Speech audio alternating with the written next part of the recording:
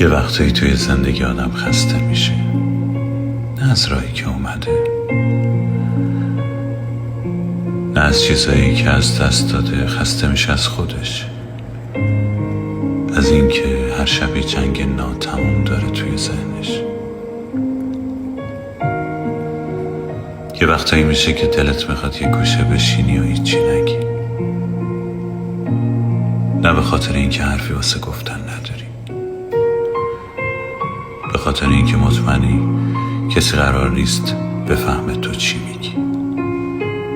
سخت نیست اینو بفهمی که هیچ کس قرار نیست تو رو همون جوری که هستی دوست داشته باشه.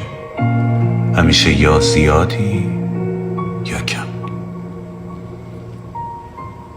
یا جای اشتباهی وایسادی یا زمان اشتباهی رو انتخاب کردی.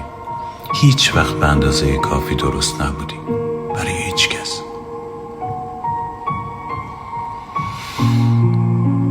یه وقتایی از خواب بیدار میشه میبینی هیچ فرقی نکرده، همون زخمای قدیمی، همون حسای لعنتی، همون جای خالی که هیچ کس نمیتونه برش کنه. به خودت میبینی دیگه هیچ چیزی ازت نمونده، یه آدم که فقط داره روزها رو میشماره و یه روح خسته که هیچ امیدی به ادامه نداره. تهش چی؟ هیچی.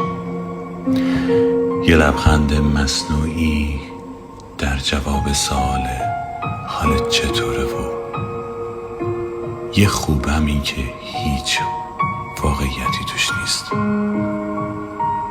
و یه دلی که هنوز دنبال یه دلیل برای ادامه.